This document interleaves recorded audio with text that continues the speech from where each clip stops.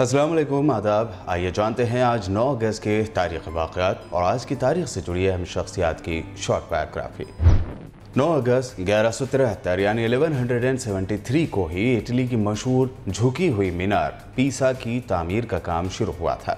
इस मीनार की 8 मंजिलें हैं। अगरचे इस मीनार में अभी भी वो पुरानी घंटियां मौजूद हैं जो इसकी तामीर के वक्त लगाई गई थी, लेकिन उनका अब इस्तेमाल नहीं किया जाता। हैरत अंगेज़ बात यह है कि इसकी तामीर 200 बरसों में मुकम्मल हुई, यानी इसकी तामीर में 2 सदियाँ बीत गई। तामीर में इस कदर ताख़ीर की वजह इसमें पाए जाने वाले तामीराती मसाइल थे जो वक्तन फ़ौक्तन सर उठाते रहते थे। कभी एक मसला खड़ा हो जाता था तो कभी दूसरा। जब इसकी 3 मंजिलें मुकम्मल हो चुकी थी तो अचानक तामीराती अमले को ये मालूम हुआ कि मीनार एक तरफ से नरम मिट्टी में धंस रहा है। मज़ीद तामीर फ़ौरन रोक दी गई और यह अगले 100 साल तक रुकी रही। ख्याल था कि इतने बड़े अरसे के दौरान में मिट्टी सख्त हो जाएगी और झुकाव ख़त्म हो जाएगा, लेकिन ये ऐसा ही रहा और इस तरह इसकी तामीर होती रही। ये वही मीनार है जिसकी आखिरी मंजिल से मुख्तलिफ चीज़ों को गिराकर गैलीलियो ने कशिश सकल यानी ग्रेविटी के बारे में अपने तजुर्बात किए थे। 9 अगस्त 1925 को ही भारत की जद्दोजहद आज़ादी के दौरान काकोरी ट्रेन में चोरी का तारीख़ी वाक़या पेश आया था। काकोरी डकैती या काकोरी इनक़लाब रेल में होने वाली एक डकैती थी जिसमें हिंदुस्तान की आज़ादी के मर्द मुजाहिदों ने हिस्सा लिया था। ये वाक़या काकोरी और अलमनगर के दरमियान पेश आया था जो लखनऊ के करीब है। 9 अगस्त 1925 को अंग्रेज़ों की ट्रेन को लूटने वालों में राम प्रसाद बिस्मिल, अशफाक उल्ला खान, राजेंद्र लहरी, चंद्रशेखर आज़ाद और दिगर इनकलाबी शामिल थे। इसमें आसादी तौर पर गोली लगने से एक मुसाफिर की मौत हुई, जबकि इस डकैती का मंसूबा हिंदुस्तान रिपब्लिकन एसोसिएशन ने बनाया था। 9 अगस्त 1945 को ही जापान के शहर नागासाकी में अमेरिका ने दूसरा एटम बम गिराया था। इससे पहले 6 अगस्त को हिरोशिमा अमेरिका का निशाना बना था।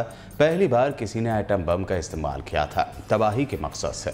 अमेरिकी साइंसदान भी जानना चाहते थे कि एटम बम का नुकसान आखिर होता कितना है।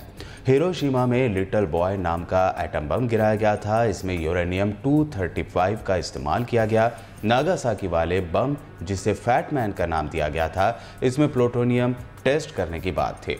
दरअसल अमेरिकी जंगी तैयारों का निशाना नागासाकी नहीं बल्कि जापान का एक और शहर कोकुरा था। उस दिन बादल छाए हुए थे। उधर फौजी एक्सपर्ट्स खास तौर पर नागासाकी को छोड़ना चाहते थे क्योंकि चीन के शंघाई से जुड़ने वाले अहम बंदरगाह वाले शहर नागासाकी पर इससे पहले कई मरतबा हमले हो चुके थे और एटम बम का असली निशान लगाना मुश्किल था। फिर अमेरिकी जहाज के पायलट 2 बार कोकुरा के आसमान पर मंडराते रहे और बादलों के छट जाने का इंतजार करते रहे, लेकिन उस दिन मौसम ने साथ नहीं दिया। फिर नागासाकी पर बम गिराने का फैसला लिया गया। बम धमाकों और हमलों के आदी हुए नागासाकी के लोग सायरन बजने पर छुपे नहीं। जो लोग छुपे उन्होंने बाद में तबाही का जो मंजर पेश किया वो तारीख में दर्ज है। अमेरिका की जानिब से नागासाकी पर गिराया गया एटम बम ने आसमान पर बड़ी चमक पैदा की। जो लोग ज़मीन के नीचे बंकरों में छुप गए थे उन्होंने देखा कि बम के आगोश में आने के बाद उनके साथियों के जिस्म में बड़े बड़े फोड़े बन गए। कुछ लोगों की स्किन जिस्म से अलग होकर लटक रहे थे। कुछ लोगों की आंखें पिघलकर उनके माथे में समा गई थी। नागासाकी में 70,000 से ज़्यादा लोगों की मौत हुई थी। अमेरिकी जहाज़ जापान के आसमान में लगातार उड़ते रहे और पर्चे फेंकते रहे जिसमें लिखा था, जब तक जापान जंग ख़त्म नहीं करता तब तक उन पर एटम बम गिराए जाते रहेंगे।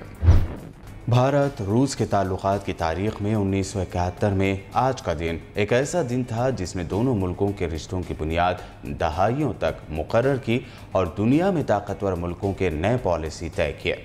ये वो वक्त था जब भारत के खिलाफ अमेरिका, पाकिस्तान और चीन का अलायंस मजबूत होता जा रहा था और 3 तरफ से घिरे भारत की सिक्योरिटी को गंभीर खतरा महसूस होने लगा था। ऐसे में सोवियत यूनियन के फॉरेन मिनिस्टर आंद्रे ग्रामिको भारत आए और 1971 को आज ही के दिन उन्होंने भारत के फॉर्मर फॉरेन मिनिस्टर सरदार स्वर्ण सिंह के साथ सोवियत भारत अमन दोस्ती और कोऑपरेशन एग्रीमेंट पर साइन किए। यह एग्रीमेंट दोनों मुल्कों के दोस्ताना ताल्लुकात में एक मील का पत्थर साबित हुआ। तेलुगु फिल्मों के सुपरस्टार महेश बाबू 9 अगस्त 1975 को ही मौजूदा चेन्नई में पैदा हुए। तेलुगु सुपरस्टार कृष्णा के बेटे महेश बाबू ने अपने फिल्मी करियर का आगाज बचपन ही से बतौर चाइल्ड आर्टिस्ट कर दिया था। करीब 8 फिल्मों में महेश बाबू ने बतौर चाइल्ड आर्टिस्ट काम किया। बतौर हीरो उनकी पहली फिल्म राजकुमारुडु थी, जिसके लिए उन्हें तेलुगु फिल्मों का नंदी अवार्ड फॉर न्यू कमर मिला। उन्होंने तेलुगु इंडस्ट्री को कई ब्लॉकबस्टर फिल्में दी हैं। उनकी कई फिल्मों का हिंदी रीमेक किया गया। एक्ट्रेस हंसिका मोटवानी का जन्म 9 अगस्त 1991 को मुंबई में हुआ। हिंदी की मशहूर सीरियल शका लका बूम बूम के जरिए हंसिका ने अपने एक्टिंग के सफ़र की शुरुआत की थी। इसके बाद फिल्म कोई मिल गया में ऋतिक रोशन के दोस्त के तौर पर वो नजर आई। सिर्फ 15 साल की उम्र में ही उन्हें तेलुगु फिल्म देसा मुदुरु में साइन किया गया, जो उनकी पहली तेलुगु फिल्म है। आज हंसिका तेलुगु फिल्म इंडस्ट्री की मशहूर हीरोइन में शुमार की जाती हैं। साथ ही साथ वो बॉलीवुड की फिल्मों में भी काम कर रही हैं। 9 अगस्त के ये थे अहम तारीख़ी वाक़यात। हमारे चैनल को सब्सक्राइब और इस वीडियो को लाइक और शेयर ज़रूर करें।